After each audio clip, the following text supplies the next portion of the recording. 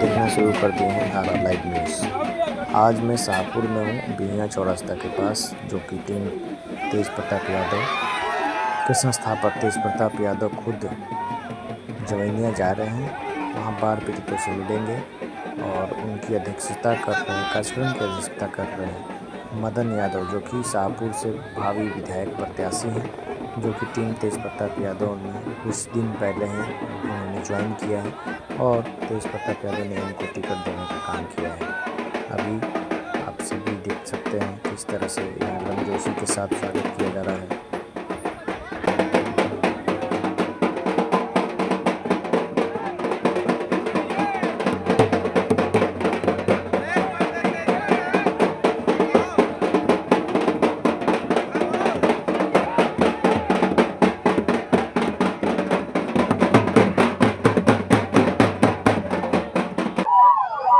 जवैनिया पहुंच चुके हैं तेज प्रताप यादव जी, आप देख सकते हैं।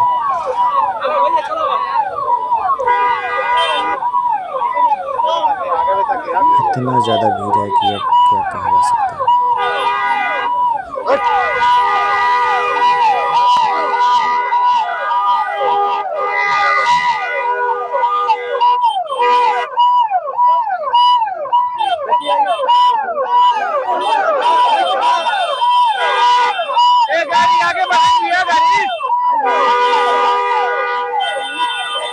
चला फोन कर दिया बाद में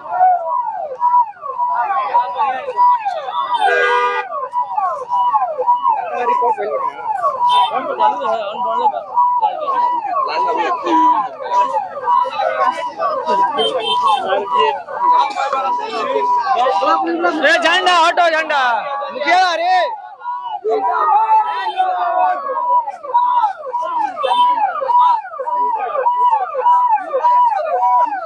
झंडा हटा झंडा ओ भैया झंडा साइड में हो जा।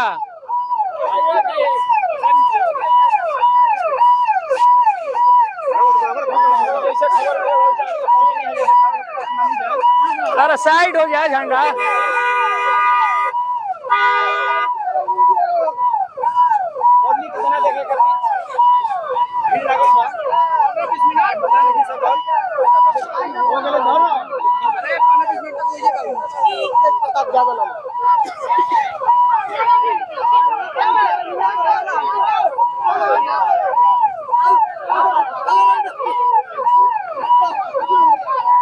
देखिए अभी सामने में तेज प्रताप यादव धीरे जो कि तेज प्रताप टीम से आए हुए हैं, मदन यादव जी के प्रचार में आए हुए थे। साथ यहाँ पे जवैनिया गांव, जहाँ पे कि बाढ़ का कटाव जो काफी तेज है, वहाँ पे देखिए ये राहत सामग्री बांटने का काम कर रहे हैं।